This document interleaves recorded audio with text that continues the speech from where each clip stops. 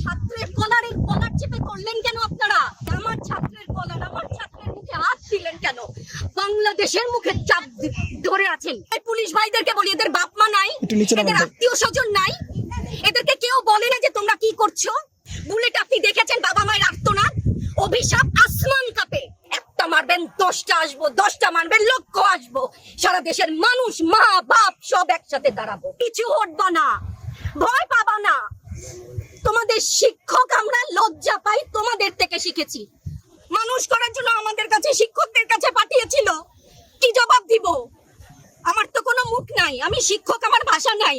তাদের কাছে হাত জোর করে মাফ চাই, নিরাপত্তা দিতে পারি নাই, নিরাপত্তা দিতে পারি নাই। মনে হয় রাস্তায় শহীদ হয়ে গেলে যদি এই লজ্জা আমার কিছুটা কাটে।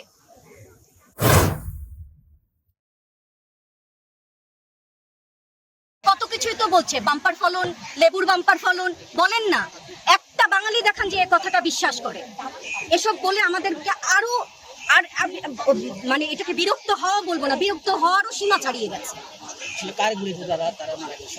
সারা বিশ্ব জানে পুলিশের গুলিতে, সন্ত্রাসীর গুলিতে, আওয়ামী লীগের পোষা এই ছাত্রলীগের কর্মীর গুলিতে আর একটা কোনো ছাত্রের হাতে কোনো অস্ত্র দেখান।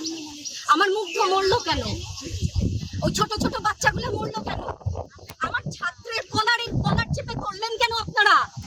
আমার ছাত্রের কলার অনেক মূল্যবান, যেখানে দাঁড়িয়ে আছি ভাষা, সেই জায়গায় দাঁড়িয়ে বলি আমার ছাত্রের কলার, আমার ছাত্রের মুখে হাত দিলেন কেন? বাংলাদেশের মুখে চাপ ধরে আছেন।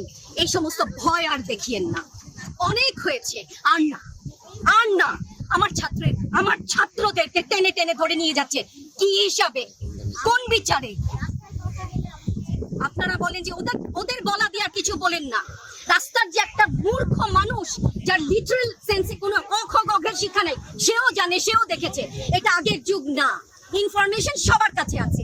আপনি তথ্য কতদিন বন্ধ রাখবেন, কতটুকু বন্ধ রাখবেন? এই সমস্ত মিথ্যাচার করে ওনাদেরকে ছোট হতে, হাস্যরসের পাত্র হতে প্লিজ একটু অনুরোধ করেন। আচ্ছা ম্যাডাম, আরেকটা ব্যাপার, যে 6 সমন্বয়কারী হেফাজতে আছে, তারা অনশনেও আছে। আমার বাচ্চাগুলো না খেয়ে আছে, আমাদের বাচ্চা না খেয়ে আছে। আপনাদের ঘরে নাই? এই পুলিশ ভাইদেরকে বলি, এদের বাপ মা নাই, এদের আত্মীয় স্বজন নাই, এদেরকে কেউ বলে না যে তোমরা কি করছো? এদের সন্তানরা পেছনে নাই? এদের সন্তানদেরকে, এদেরকেও তো আমরা বড় করেছি, এদেরকেও তো আমরা শিক্ষা দিয়েছি। চালানগুলি আমাদের উপরে। আমার শিক্ষকের গায়ে হাত, কত বড় অধ্যত্বপূর্ণ আচরণ! আর হবে না তো, আসেন চালানগুলি তুলে নিয়ে যান, সেই 71-এর মতো। তো 25শে মার্চের কালো রাত, বুদ্ধিজীবীদের হত্যা শুনেছি, তো এখন দেখছি, আগে শুনেছি এখন দেখছি। প্রধানমন্ত্রী বলে থাকেন যে স্বজন হারানোর বেদনা সে বুঝেন, এই বিষয়ে সব জায়গায় আপনাদের কি বলার থাকবে ম্যাম? মানে এখন এটা ওনারটা অবশ্যই উনি বুঝেন। ওনার সময়ও আমরা কিন্তু একাত্মতা প্রকাশ করেছি। এই বেদনা যদি কেউ অনুভব করে, এই জিনিস হবার কথা না।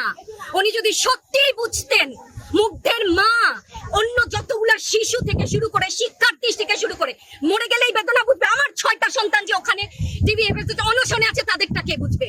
বুলেট আপনি দেখেছেন, বাবা মায়ের আর্তনাদ, অভিশাপ আসমান কাঁপে। আপনাদের কাঁপে না? তার কাঁপে না? অভিশাপের ভয় হয় না? বুকগুলা ঝাঁঝরা হয়ে গেছে আমার সন্তানদের। রাবার বুলেট বলবেন, কি বলবেন? এগুলা অস্ত্রের মুখে দাঁড়িয়ে আছে, আমাদের পয়সায় কেনা বুলেটে আমাদের সন্তানদের আপনারা বুলেট ছুটছেন। আর কত, আর কত? পুলিশ ভাইদেরকে বলি, ভেতরে তো আপনিও মানুষ, পুলিশ ভাই বলি না, ক্ষমা করবেন, মুখ থেকে বার হয়ে গেছে। তাদের ঘরেও সন্তান আছে, তাদের খোলসের ভিতরেও মানুষ। যারা এখনো ঘরে আছেন তারাও জানেন আর কতদিন ভয় পাবেন। ভয়েই থাকেন। একটা মারবেন 10টা আসবো, 10টা মারবেন লক্ষ আসবো। সারা দেশের মানুষ, মা বাপ সব একসাথে দাঁড়াবো। পরিবারগুলোর প্রতি যারা মায়েরা যারা আছেন, তাদের উদ্দেশ্যে কিছু, তাদের কাছে তো হাত জোর করে ক্ষমা চাই। ওরা আমাদের কাছে পাঠিয়েছিল ওদের সন্তানকে মানুষ করার জন্য, আমাদের কাছে, শিক্ষকদের কাছে পাঠিয়েছিল, কি জবাব দিব? আমার তো কোনো মুখ নাই, আমি শিক্ষক, আমার ভাষা নাই। তাদের কাছে হাত জোর করে মাফ চাই, নিরাপত্তা দিতে পারি নাই, নিরাপত্তা দিতে পারি নাই। মনে হয় রাস্তায় শহীদ হয়ে গেলে যদি এই লজ্জা আমার কিছুটা কাটে। ওদেরকে বলবার আমার কিছু নাই। প্রশাসন এবং সরকারের পক্ষ থেকে বলা হচ্ছে যে এই আন্দোলনের ভিতরে তৃতীয় পক্ষ এবং জঙ্গি আরো বলেন না, এই বিষয়ে আমি হিজাব পরি বলেন আমি হচ্ছে গিয়ে জঙ্গি, আরো বলেন না যারাই প্রতিবাদ করছে জঙ্গি। হ্যাঁ, ৭১-এর সময়ের জঙ্গি এক যদি চেহারা অমন হয়, ২৪-এর জঙ্গির চেহারা এরকম হবে। তাহলে গত কিছুদিনে বাংলাদেশ থেকে যে পরিমাণ গ্রেফতার হয়েছে তাতে দেখা যাচ্ছে যে ৮৫% সাধারণ মানুষ যারা কোনো দল করে না। এই বিষয়ে দল করলেও বা ক্ষতি কি? আমাকে প্রশ্ন, এই বিভেদটা তো সারা জীবন টেনেছে। না, তাদেরকে গ্রেফতার করা হয়েছে। হ্যাঁ, গ্রেফতার তো এমনিই করছে। দল করলেই কেন, দল করার এটা স্বীকৃতি দিতে হবে না। দল করলে ক্ষতি কি? অধিকারই তো চাচ্ছি, সাধারণ মানুষের অধিকার চাচ্ছি, ক্ষতি কি? কেন বারবার আমাদেরকে এই কথাটা শুনতে হয়? এই বিভাজনের সুযোগ তো তারা বারবার নিয়েছে, আবার কেন? আমাকে অনেক ধন্যবাদ। আপনার সন্তান পিছু হটবা না, ভয় পাবা না। তোমাদের শিক্ষক আমরা লজ্জা পাই, তোমাদের থেকে শিখেছি। তোমরা যেমন আছো আমরাও আছি। যতদিন না 9 দফা ওদের মানা হয় ততদিন মাঠ থেকে সরবো না। লাস্ট একটা নিরাপদ না তো? আপনি নিরাপদ? সংবাদ কর্মী আপনি কি আত্মসম্মান বিসর্জন দিয়ে বিভিন্ন নিউজ, লেবুর বাম্পার ফলন নিউজ করতে হচ্ছে না? আপনারও লজ্জা লাগছে না? আত্মীয় স্বজনের কাছে মুখ দেখাতে পারছেন না তো? আপনার হয়ে আমি লড়ছি, আমাকে সহায়তা করেন।